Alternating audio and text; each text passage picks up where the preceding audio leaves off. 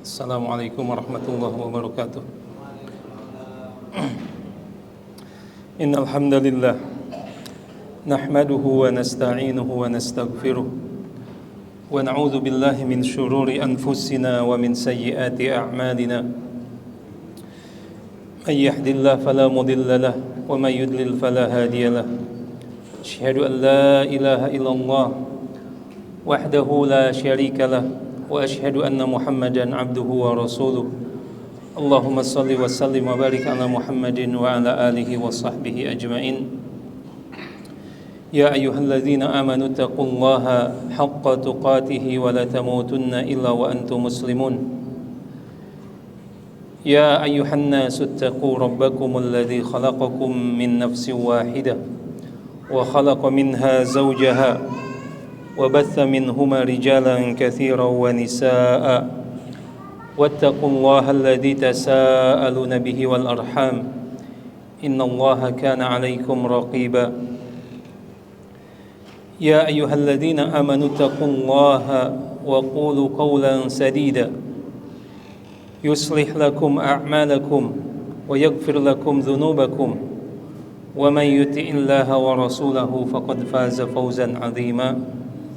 Amma ba'd, fa inna asdaqal hadithi kitabullah wa khairal hadi hadi Muhammadin sallallahu alaihi wasallam wa syarral umuri muhdatsatuha fa inna kulla muhdatsatin bid'ah wa kulla bid'atin dhalalah wa kulla dhalalatin finnar. Kaum muslimin yang dirahmati Allah Subhanahu wa taala, kembali kita bersyukur kepada Allah Subhanahu wa taala dengan duduknya kita di majelis yang mulia ini. Setelah kita memuji Allah Subhanahu wa taala dengan nama-namanya yang indah dan sifat-sifatnya yang mulia, kemudian kita pun bersalawat kepada Nabi Muhammad sallallahu alaihi wasallam, maka marilah kita melanjutkan kajian kita masih dengan tema Syarah Ushulul Iman, penjelasan tentang rukun iman, yang kitab ini ditulis oleh Fadilatul Syekh Muhammad bin Shalih Al-Utsaimin rahimahullah, yang beliau telah menuliskan kitab ini sebagai salah satu warisan bagi kita umat manusia, umat muslim yang hidup di zaman ini. Kemudian kita akan melanjutkan pembahasan yang telah kita baca, yaitu tentang Arkanul Islam, yang telah disebutkan bahwa ada sebuah hadis sahih dari Abu Hurairah radhiyallahu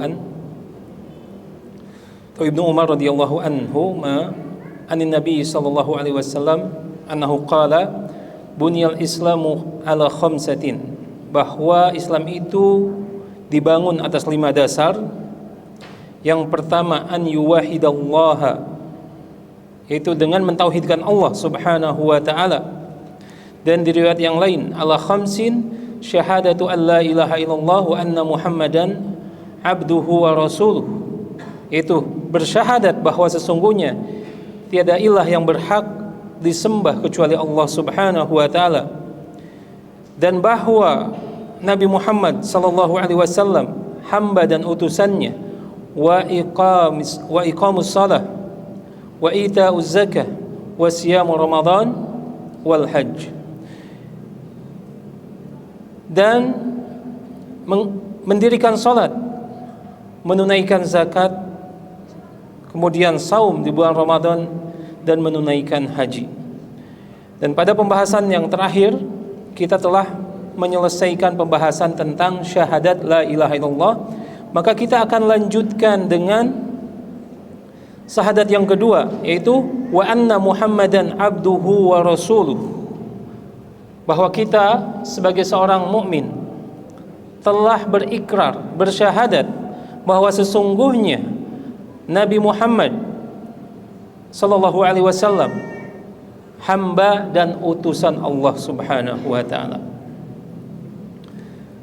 Maka berkata rahimahullah, fahiya al-i'tiqadu al-jazim al-mu'abbar anhu bil lisan bi hadhihi syahadah. Itu suatu keyakinan yang kuat yang diekspresikan dengan ucapan lisan. Kemudian penulis menyebutkan ka'annahu bijazmihi fi dzalikal masyahid lahu innama ju'ilat hadhihi syahadah ruknan wahidan ma'a ta'addudi al-mashhud bihi. Penulis rahimahullah menyebutkan bahwa di kandungan kalimah syahadatain itu ada 2 poin. Tetapi kenapa 2 poin ini disatukan dalam sebuah rukun, yaitu rukun Islam yang pertama? Maka beliau melanjutkan, imma li anna Rasul sallallahu alaihi wasallam mubalighun anillahi ta'ala fasyahadatu lahu bil ubudiyyati war risalah min tamami syahadati alla ilaha illallah. Jadi kenapa 2 persaksian ini dijadikan satu rukun dalam rukun Islam? Karena bisa jadi Rasulullah itu adalah mubalighun anillah, yang menyampaikan risalah, yang menyampaikan pesan, yang menyampaikan wahyu dari Allah Subhanahu wa taala kepada umatnya. Maka persaksian kita kepada Rasulullah sallallahu alaihi wasallam itu adalah penyempurna dari persaksian kita kepada Allah Subhanahu wa taala. Yang persaksian kita kepada Allah Subhanahu wa taala tidak akan sah, tidak dianggap sebuah keyakinan yang benar kecuali dengan persaksian yang kedua. Dan ini sudah saya sampaikan, kenapa ahlu kitab itu dihukumi dengan kekufuran oleh Allah Subhanahu wa taala. Karena ahlu kitab, baik dari kalangan Yahudi dan Nasrani, mereka mengakui bahwa ilah mereka adalah Allah Subhanahu wa taala. Tetapi mereka menyelisihi kaum muslimin di dalam masalah risalah, tidak mengakui Rasulullah sallallahu alaihi wasallam sebagai rasul terakhir, padahal sudah diberitakan. Ya'rifunahu kama ya'rifuna abna'ahum. Dalam surat Al-Baqarah disebutkan bahwa ahlu kitab itu mengetahui Rasulullah sallallahu alaihi wasallam, bukan sifat-sifatnya saja, bahkan sifat fisiknya. Seperti mereka mengetahui anak-anak mereka. Oleh karena itu, salah satu riwayat Salman Al-Farisi ketika ingin mengikrarkan keislamannya, Salman Al-Farisi mendekat kepada Rasulullah SAW memberikan sedekah. Tapi Rasulullah SAW menolaknya. Karena kenapa? Nabi itu dilarang untuk memakan sedekah. Dan itu yang diketahui oleh Salman Al-Farisi sebagai seorang ahli kitab. Kemudian keesokan harinya membawakan kurma dihadiahkan. Ketika disebutkan ini adalah hadiah, maka Rasulullah SAW menerimanya, karena menerima hadiah tidak terlarang bagi Rasulullah SAW. Sedangkan sedekah bukan hanya Rasulullah SAW, bahkan ahlu bait. Ya, jadi jangan sembarangan. Kalau sekarang ada ahlu bait yang tinggal di sekitar kita, kita tidak boleh bersedekah kepada mereka, karena itu adalah sesuatu yang haram bagi mereka. Kemudian keesokan harinya Salman menghadiahkan kurma, dan Rasulullah SAW mengetahui bahwa Salman ingin mengetahui bahwa dia adalah seorang Rasul atau tidak. Maka membuka selendangnya, pakaiannya, karena Rasulullah SAW, ini berdasarkan penerangan guru kami, Syekh Hamid Akram Bukhari menyebutkan, hafizahullah, bahwa kebanyakan pakaian Rasulullah SAW itu terdiri dari 2 kain, seperti pakaian umrah. Yang satu dibuat sarung, sedangkan yang atas diselendangkan, ditutupkan di pundaknya. Maka ketika Salman itu datang, maka Rasulullah SAW membukakan pundaknya. Karena kenapa? Di pundak Rasulullah SAW itu ada cap kenabian. Maka saat itu Salman Al-Farisi sangat yakin bahwa lelaki yang didatanginya yang bernama Muhammad SAW itu adalah Nabi, karena ini sudah dijelaskan di dalam kitab-kitab mereka. Nah, disinilah tersesatnya ahlu kitab, karena mereka sombong, tidak mengakui kenabian Nabi Muhammad sallallahu alaihi wasallam karena hanya Nabi Muhammad lahir dari seorang Arab. Kemudian penulis menyebutkan wa imma li'anna hataini asyhadataini asasu sihatil a'mal wa qabuliha id la sihhata li'amalin wa la qabula illa bil ikhlasi lillahi ta'ala wal mutaba'ati li rasulih sallallahu alaihi wasallam. Jadi bisa jadi kedua persaksian ini dijadikan jadi satu poin dalam rukun Islam karena kedua persaksian tersebut merupakan syarat sahnya sebuah amal atau amal-amal yang dilakukan oleh seorang hamba dan syarat diterimanya amal. Idla sihhata li amalin. Karena kenapa? Dalam ajaran kita sebuah amal itu tidak dianggap sah dan tidak akan diterima, ya, kecuali dengan keikhlasan kepada Allah Subhanahu wa taala, dan ini adalah tafsiran dari la ilaha illallah, la ma'budu bihaqqin illallah, tidak ada ilah yang berhak disembah kecuali Allah, wa anna Muhammadan Rasulullah, yaitu wal mutaba', beribadah dengan petunjuk yang jelas dari Rasulullah sallallahu alaihi wasallam. Jadi kedua syahadat ini satu paket. Ketika hilang salah satunya maka gugur syahadat tersebut, tidak berarti apa-apa. Nah, kemudian kaum muslimin yang dirahmati Allah Subhanahu wa taala, para ulama menjelaskan kedudukan ketaatan kita kepada Allah dan Rasulullah SAW itu sama, mutlak. Ketaatan kepada Allah dan ketaatan kepada Rasulullah SAW itu sejajar. Dan ini dibuktikan berdasarkan beberapa ayat Al-Quran dan hadis-hadis Rasulullah SAW. Ya. Oleh karena itu, sebelum kita membahas kenapa disamakan antara hak Allah dan antara hak Rasulullah SAW dalam ketaatan, saya akan mengutip sebuah perkataan Syekh Muhammad At-Tamimi di dalam kitabnya salah satu usul wa ma'na syahadati anna Muhammadar Rasulullah ta'atuhu fima amara wa tasdiquhu fima akhbara wa ijtinabu ma naha anhu wa jazara wa alla yu'badallaha illa bima syara. Beliau ketika memaknai, menafsirkan syahadat wa anna Muhammadar Rasulullah, maka beliau menyebutkan 4 poin yang penting. Ketika kita telah berikrar bahwa Nabi Muhammad SAW hamba dan utusannya, maka sedikitnya 4 poin ini harus terkumpul di dalam jiwa kita. Yang pertama adalah ta'atuhu fima amar. Ketika sudah bersyahadat wa anna Muhammadar Rasulullah, maka kita harus taat kepada Rasulullah sallallahu alaihi wasallam. Yang kedua, tasdiquhu fima akhbar, membenarkan kabar-kabar yang datang dari Rasulullah SAW walaupun kelihatannya tidak masuk akal.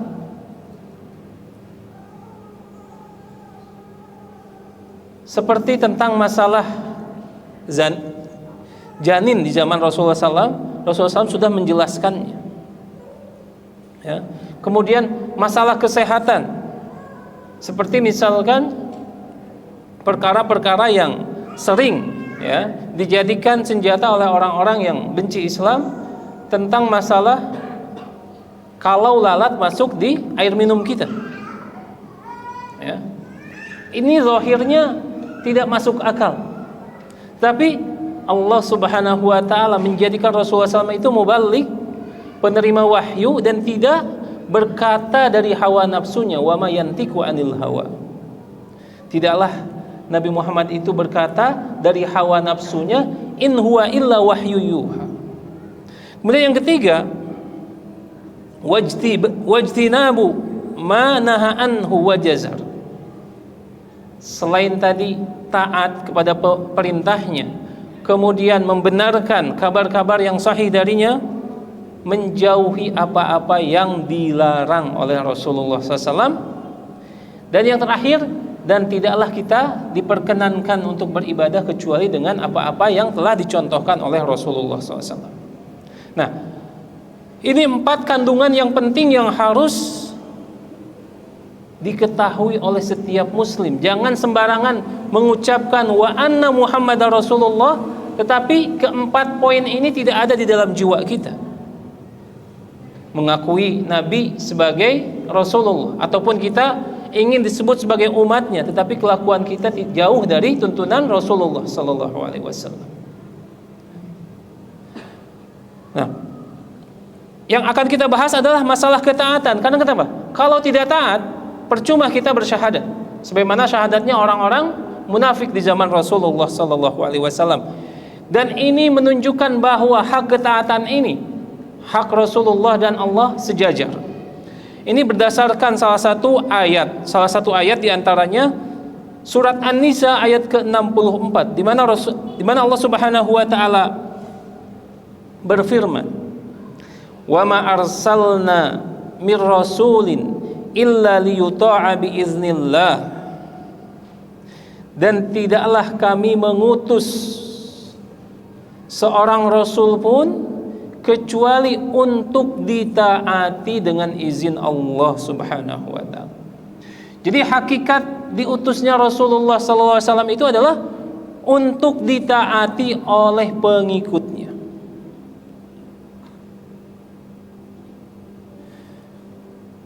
Berkenaan dengan ayat ini, maka Imam At-Tabari berkata, al-qawlu fi ta'wihi qawlihi wa ma arsalna min rasulin illa liyuta'a bi idznillah, ay walam nursil ya Muhammad rasulan illa furidat ta'atuhu ala man arsaltuhu ilaihi. Jadi Allah Subhanahu wa taala berkata kepada Rasulullah, wahai Muhammad. Walaupun Allah itu dalam Al-Quran, tidak pernah menyebutkan namanya secara langsung. Ketika memanggil selalu ada gelarnya. Ini berbeda dengan nabi-nabi yang lalu, ya Nuh, ya Adam. Tapi di dalam Al-Quran tidak disebutkan ya Muhammad, tapi biasanya disebutkan ya Rasulullah. Ya, ini adalah menunjukkan keagungan Rasulullah SAW dan keistimewaan Rasulullah SAW di sisi Allah Subhanahu wa taala.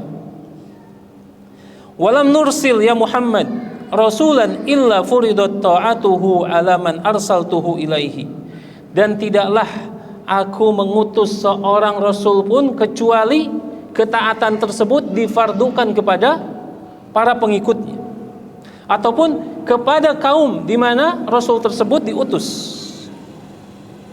Yaqulu ta'ala fa anta ya Muhammad minar rusulil ladzina furidat ta'atuhum ala man arsaltuhu ilahi. Dan engkau wahai Muhammad sallallahu alaihi wasallam, engkau adalah salah satu bagian rasul-rasul tersebut yang ketaatan umatmu kepadamu adalah fardu, wajib. Saya sebutkan fardu ini ya, secara bahasa lebih tegas dan lebih kuat daripada wajib. Imam Abu Hanifah memisahkan antara hukum fardu dengan wajib. Kalau fardu menurut beliau rahimahullah, fardu ini dalilnya harus dari Al-Quran. Disebutkan fardu. Salat fardu, puasa fardu. Ya. Adapun yang wajib itu dalilnya cukup dari as-sunnah saja. Ini menurut Abu Hanifah rahimahullah. Dan Imam Tabari di sini menyebutkan furidat ta'atuhum ala man arsaltuhu ilaihi. Jadi ketaatan ini adalah suatu yang fardu, yang benar-benar wajib, yang ketika ditinggalkan ketaatan ini oleh umatnya, maka umatnya tidak akan mendapatkan keselamatan di sisi Allah Subhanahu wa taala. Kemudian Ibnu Katsir rahimahullah menafsirkan ayat tersebut ay furidat ta'atuhu ala man arsalahu ilaihim. Hampir sama maknanya, yaitu ketaatan hukumnya adalah fardu, wajib kepada siapa? Kepada orang-orang yang diutus kepadanya Rasulullah SAW. Wa qala Mujahid ay la yuti'u ahadun illa biizni. Dan tidaklah diikuti ketaatannya kecuali dengan izin Allah Subhanahu wa taala. Nah, kita taat kepada Rasulullah SAW karena ini adalah perintah Allah Subhanahu wa taala. Itu Allah mengutus Rasul, tujuan utamanya liyuta'a biiznillah, untuk ditaati dengan izin Allah Subhanahu wa taala. Kemudian ayat-ayat yang senada yang menyebutkan ketaatan kepada Rasulullah SAW adalah sejajar dengan ketaatan kepada Allah Subhanahu wa taala banyak sekali di dalam Al-Qur'an. Salah satunya surat An-Nisa ayat ke-59. Ya ayyuhalladzina amanu atiiullaha wa atiiur rasula wa ulil amri minkum. Wahai orang-orang yang beriman, taatilah Allah dan taatilah Rasul dan pemimpin-pemimpin di antara kalian. Di sini ada sesuatu yang menarik, ya, bahwa di zaman Ibnu Mas'ud, itu di zaman para sahabat, ada seorang yang bertanya kepada Ibnu Mas'ud radhiyallahu anhu tentang tafsir ayat ini, atau tafsir ayat yang dimulai dengan ya ayyuhalladzina amanu. Maka Abdullah bin Mas'ud, ya, berkata kepada orang tersebut, wahai fulan, idza sami'ta Allah yaqulu ya ayyuhalladzina amanu fa'ar'iha sam'aka. Wahai fulan, jika engkau mendengar firman Allah Subhanahu wa taala berbunyi ya ayyuhalladzina amanu, maka perhatikanlah pendengaranmu, fokuskanlah pendengaranmu. Karena kenapa? Sesudah ya ayyuhalladzina amanu itu akan ada kebaikan yang ditunjukkan ataupun keburukan yang diperingatkan oleh Allah Subhanahu wa taala. Dan ini harus sudah mulai terbayang di dalam jiwa-jiwa kita. Kalau imam di dalam salat jahriyah membaca ya ayyuhalladzina amanu, berhenti, fokus mendengarkan isi ayat tersebut. Makanya penting mempelajari bahasa Arab ini agar apa? Salah satunya adalah menolong kita lebih khusyuk di dalam salat. Nah, Allah Subhanahu wa taala berfirman, wahai orang-orang yang beriman, atiullaha wa atiur rasul. Sejajar, atiullaha wa atiur rasul. Sebagaimana perintah Allah Subhanahu wa taala, wa aqimus shalah wa atuz zakat. Dirikanlah salat dan tunaikanlah zakat. Karena kenapa? Salat dan zakat itu sejajar hukumnya. Yang meninggalkan salat parah diancam dengan kekufuran, begitu pula yang meninggalkan zakat, menolak perintah zakat, itu pun diancam kekufuran. Oleh karena itu, amal-amal yang pertama dilakukan oleh Abu Bakar di dalam kekhilafahannya apa? Memerangi orang-orang yang menolak untuk membayar zakat dan menggunakan kekerasan untuk menolak perintah tersebut. Jangan berarti menolak karena pelit atau malas, beda ya. Tapi menolak kebenaran, menolak hukum tersebut, kemudian mengangkat senjata untuk melawan khalifah. Ini jangan asal nanti ada orang yang nggak membayar zakat dihukumi kufur. Tidak seperti itu. Tapi orang yang melawan, ya. Berarti sholat dan zakat sama kedudukannya. Karena kenapa? Sama-sama rukun Islam. Begitu pula wa atiullaha wa atiur rasul. Taat kepada Allah dan taat kepada Rasul itu sama. Ketika orang hanya taat kepada Allah saja, kemudian tidak taat kepada Rasul, ini sama. Menolak eksistensi Rasul, menolak keberadaan Rasul dan kedudukan Rasulullah SAW di sisi Allah Subhanahu wa Ta'ala. Kemudian ini pun ditafsirkan oleh Ibnu Katsir rahimahullah, al-qaulu fi ta'wili qawlihi, atau Imam At-Tabari, maaf, ya ayyuhalladzina amanu atiullaha wa atiur rasul, ya ayyuhalladzina amanu atiullaha rabbakum fima amarakum bihi wa fima nahakum anhu. Wahai orang-orang yang beriman, taatilah Allah Subhanahu wa Ta'ala dalam hal apa? Dalam setiap perintahnya dan dalam menjauhi setiap larangannya. Wa ati'u rasulahu Muhammadan sallallahu alaihi wasallam, dan taatilah rasulnya yaitu Muhammad sallallahu alaihi wasallam. Fa inna fi ta'atikum iyyahu li rabbikum ta'atun. Karena kenapa? Taat kepada Rasulullah itu adalah taat kepada Allah sekaligus, otomatis, ya. Dan ini sebagaimana sebuah hadis, ya, yang diriwayatkan oleh Imam At-Tabari dalam tafsirnya, haddatsana Ibnu Humaid qala haddatsana Jarir anil A'mas an Abi Salih an Abi Hurairah. Jadi hadis ini berujung kepada Abu Hurairah bahwa beliau berkata, bersabda Rasulullah sallallahu alaihi wasallam, man ata'ani faqad ata'a Allah. Barang siapa yang telah mentaatiku, kata Rasulullah sallallahu. Jadi barang siapa yang taat kepada Rasulullah, maka sesungguhnya dia telah taat kepada Allah Subhanahu wa Ta'ala. Kemudian ayat yang lain di dalam surat Al-Imran ayat ke-32, Qul atiullaha wa rasulah fa in tawallau fa innallaha la yuhibbul kafirin.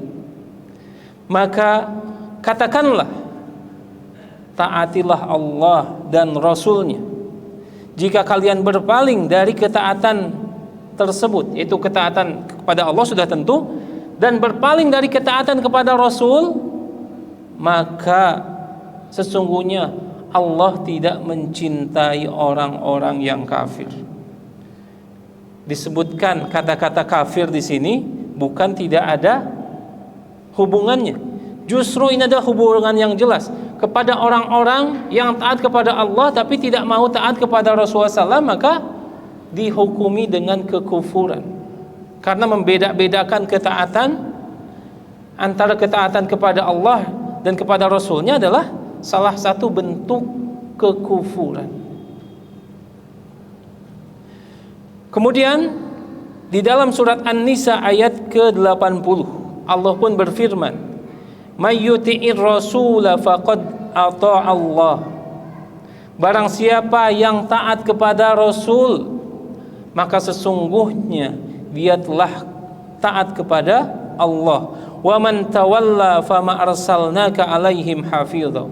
Dan barang siapa yang berpaling, sesungguhnya kami tidak mengutus engkau kepada mereka untuk menjadi penjaga mereka. Ibnu Katsir meriwayatkan ataupun menafsirkan, ya, yukhbiru ta'ala an abdihi wa rasulihi Muhammad sallallahu alaihi wasallam bi annahu man ata'ahu faqad ata'a Allah. Jadi Allah Subhanahu wa taala mengabarkan kepada kita tentang kedudukan hamba dan Rasulnya, yaitu Muhammad SAW, bahwa mentaati Rasulullah SAW adalah bentuk ketaatan kita kepada Allah Subhanahu wa taala. Wa man asahu faqad asallah. Dan barang siapa yang bermaksiat kepada Rasulullah, maka sesungguhnya dia telah bermaksiat kepada Allah Subhanahu wa taala. Wa ma dzaka illa li'annahu ma yantiqu anil hawa. Kenapa alasannya? Alasannya karena kenapa? Karena Rasulullah sallallahu alaihi wasallam itu tidak berkata dari hawa nafsunya, dan semua yang dikatakannya adalah wahyu dari Allah Subhanahu wa taala. Oleh karena itu, yang menolak perintah Rasulullah SAW sesungguhnya telah menolak perintah Allah Subhanahu wa taala.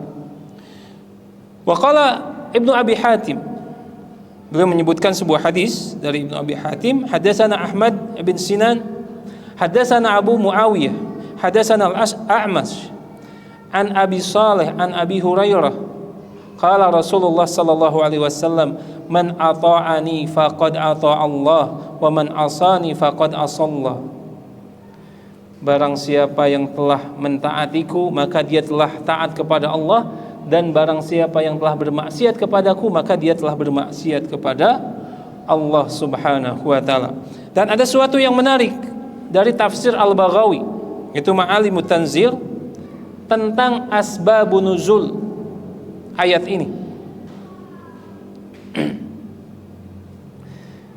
Asbabun nuzul yang menjadi penyebab turunnya ayat ini, salah satunya wa dzalika anna nabiyya sallallahu alaihi wasallam kana yaqulu.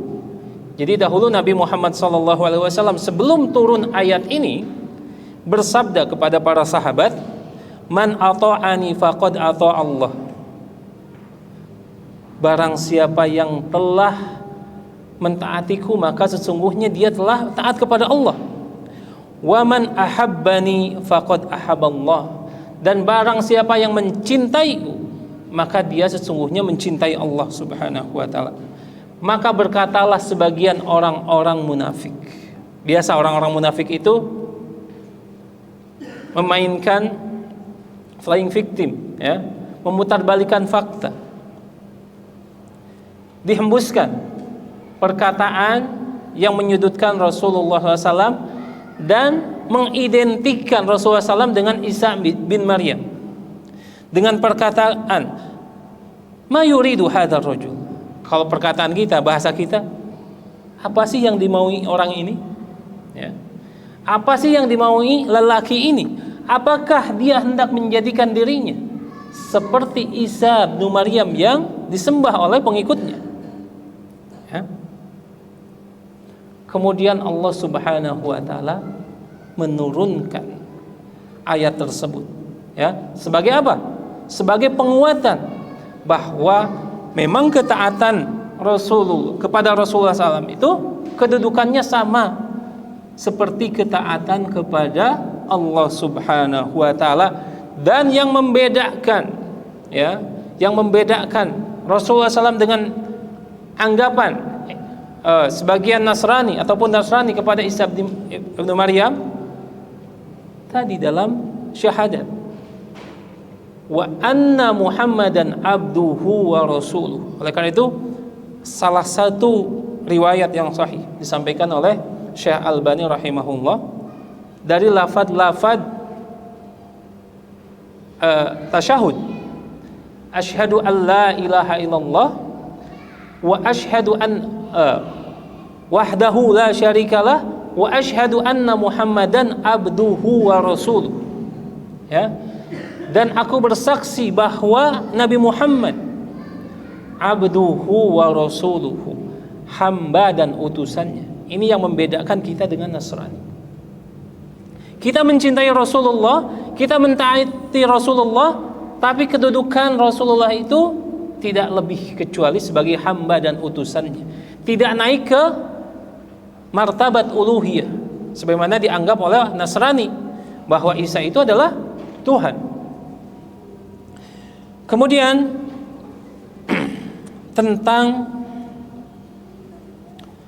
ayat tersebut, ya, Syekh As-Sa'di, ya, rahimahullah menafsirkan tentang masalah ini atau tentang ayat ini, ai kullu man ata'a Rasulullah fi awamirihi wa nawahihi faqad ata'a Allah.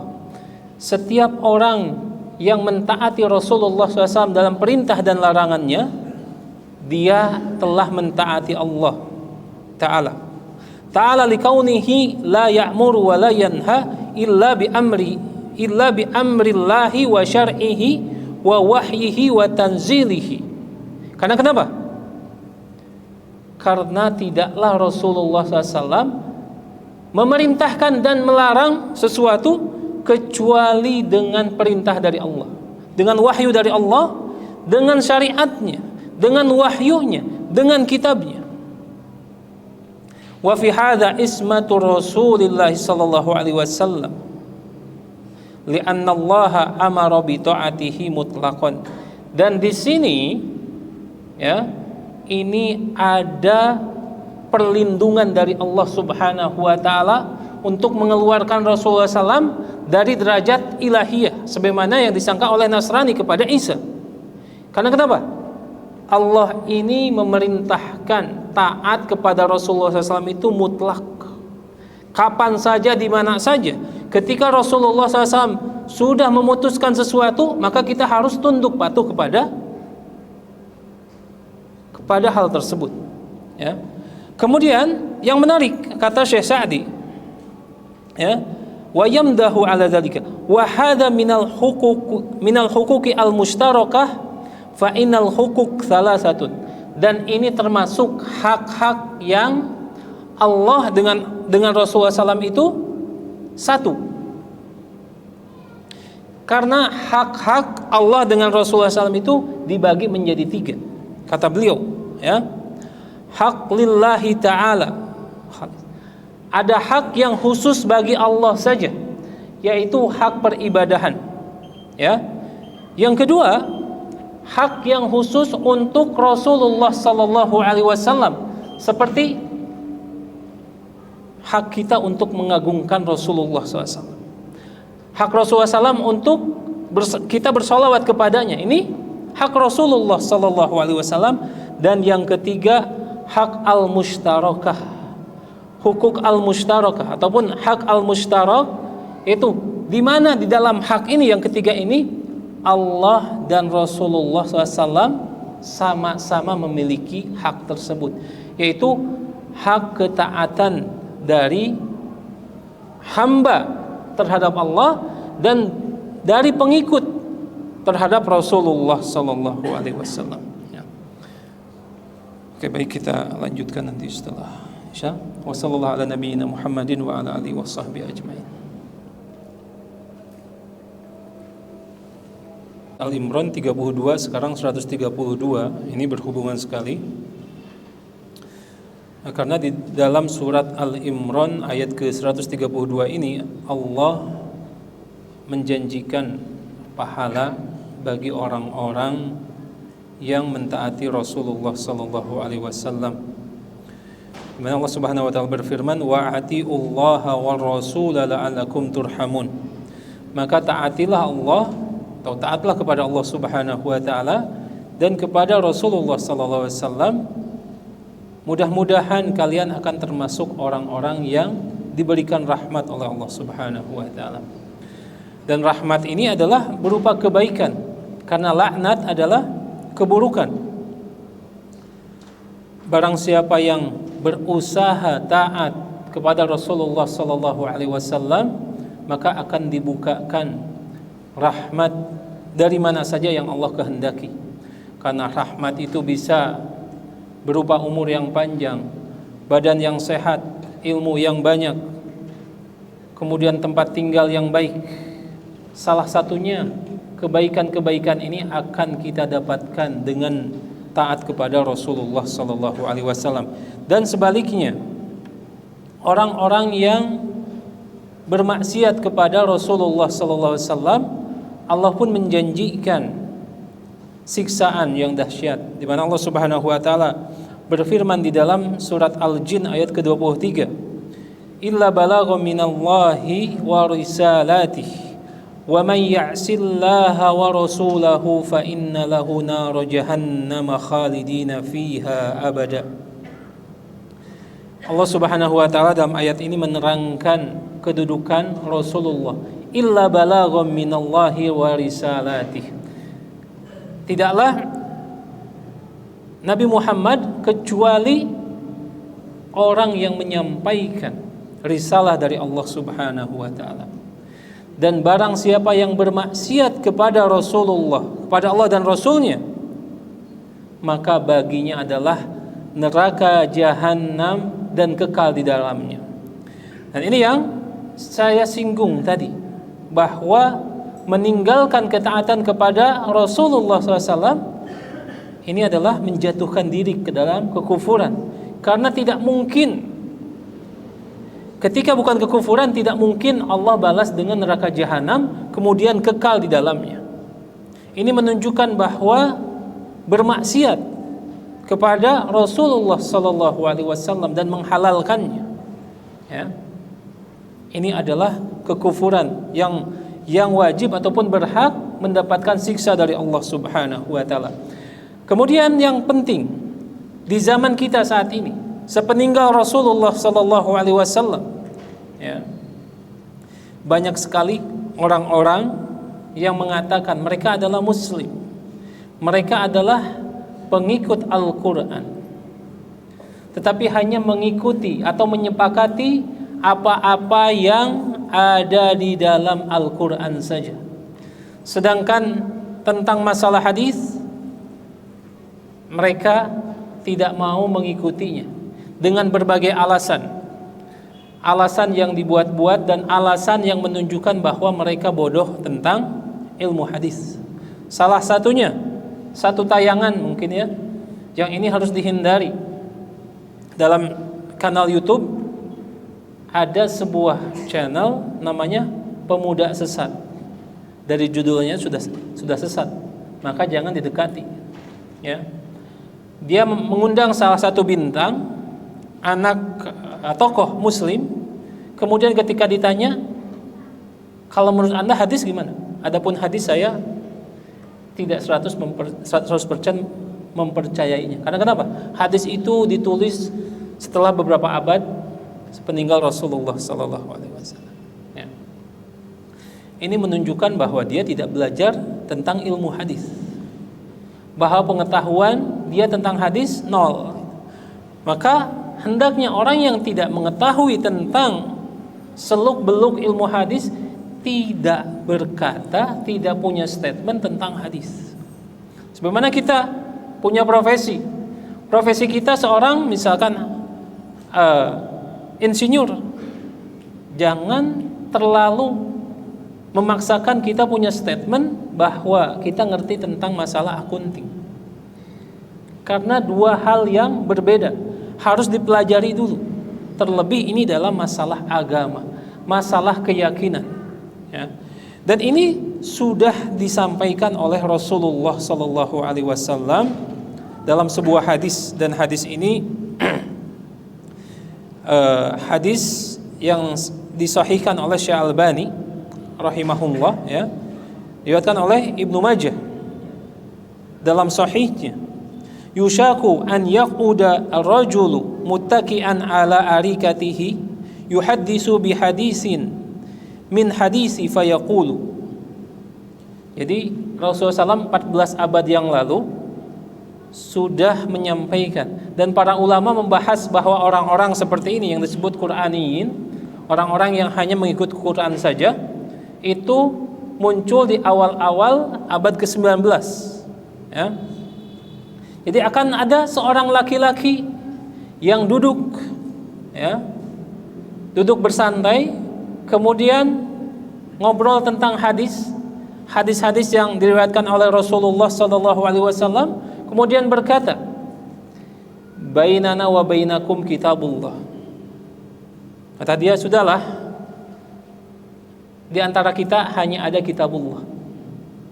Apa yang disebutkan halal di dalam kitabullah kita ikuti, yang apa yang disebutkan haram kita haramkan. Tapi masalah hadis nanti dulu. Nah, ini menunjukkan bahwa keimanan kita terhadap makna syahadat wa anna Muhammadar Rasulullah itu kurang, bahkan tidak ada. Karena kenapa? Meragukan apa-apa yang disampaikan oleh Rasulullah SAW. Seperti kalau sekarang singkatnya, kalau hadis yang disebutkan oleh para ulama sahih, harus kita yakini bahwa itu telah disabdakan oleh Rasulullah SAW. Karena ulama itu tidak main-main dalam menulis buku-buku hadis. Bahkan di dalam kitab-kitab tentang hadis disebutkan bagaimana adab Imam Bukhari ketika mengambil satu riwayat dari seseorang. Ya, disebutkan bahwa Imam Bukhari ingin mengambil satu riwayat dari orang tersebut. dia meneliti orang tersebut. Satu hari Imam Bukhari melihat orang tersebut mengambil pakan ayam, pakan ternak, kemudian seakan-akan akan diberikan kepada ayam tersebut. Ya, mancing ayam. Terus sudah dekat, ternyata ditangkap ayamnya, dimasukkan, tapi makanannya tidak dikasih. Ya. Akhirnya Imam Bukhari tidak jadi, batal untuk mengambil riwayat dari orang tersebut. Walaupun, subhanallah ya, untuk satu hadis bisa jadi Imam Bukhari berjalan ya dari negerinya 40 hari 40 malam ya, dan tidak jarang ketika sudah sampai di tempatnya rawinya sudah meninggal. Perjuangan para muhaddisin. Kemudian para ulama menyebutkan bahwa para muhaddis atau para ulama ya, ketika mereka kehabisan air minum, mereka meminum air kencing sendiri dalam keadaan darurat. Bayangkan ya, di Jazirah Arab saat ini saja ya masih banyak padang pasirnya, apalagi di zamannya kendaraannya nyahunta, air habis dan mereka harus mempertahankan nyawa mereka. Mereka kencing tidak dibuang karena darurat, diminum kembali walaupun najis, tapi hukum darurat itu memperbolehkan ya. Saking apa? Saking besarnya perjuangan mereka untuk mengumpulkan satu hadis saja. Kemudian tiba-tiba datang saat ini ya yang disebut cendekiawan, tokoh berkata hadis konsep karena baru ditulis abad sekian waliyadzubillah ya. Ini adalah menunjukkan bahwa ilmu mereka sangat dangkal tentang hadis Rasulullah sallallahu alaihi wasallam. Dan yang terakhir, orang-orang ini bisa dikategorikan sama persis dengan ahlu kitab yang mereka mengetahui kebenaran Rasulullah SAW tapi tidak mau taat kepada Rasulullah SAW. Imam At-Tirmidzi meriwayatkan, ini ada seorang Yahudi, ini dua orang Yahudinya. Kemudian satu orang ini berkata kepada temannya, yuk kita datang kepada Nabi itu. Yang dimaksud adalah Nabi Muhammad SAW. Hayya nadhhab ila hadzan nabi. Tapi temannya ini nggak mau manggil nabi gitu ya, mengakui kenabian. Kadang-kadang belum terbukti. Janganlah kamu manggil dia nabi gitu ya, sebelum kita buktikan. Akhirnya datang dua orang tersebut datang kepada Nabi Muhammad SAW menyampaikan beberapa soal yang tidak mungkin dijawab kecuali seorang nabi. Dijawab semua pertanyaan itu benar semua. Kemudian dua orang ini berkata, nashhadu bi annaka nabi. Kami bersaksi bahwa engkau adalah seorang nabi. Kemudian Nabi SAW bersabda, kalau memang kalian mengetahui, kenapa kalian tidak mengikutiku? Karena kami takut kalau kami ikut kamu, orang-orang Yahudi itu akan membunuh kami. Subhanallah, ilmu hidayah sudah dia dapatkan ya. Tapi rasa takut kepada manusia lebih besar daripada rasa takut kepada Allah Subhanahu wa ta'ala. Orang saat ini lebih parah, dia mengaku muslim tetapi tidak membenarkan sebagian ajaran Nabi Muhammad SAW. Kalau dikatakan tentang hadis ya, bagaimana kalian mengetahui bahwa sholat isya itu 4 rakaat, bahwa sholat maghrib itu 3 rakaat ya? Tentu semuanya akan merujuk kepada penjelasan-penjelasan Nabi Muhammad SAW yang tertuang di dalam hadis-hadis yang sahih.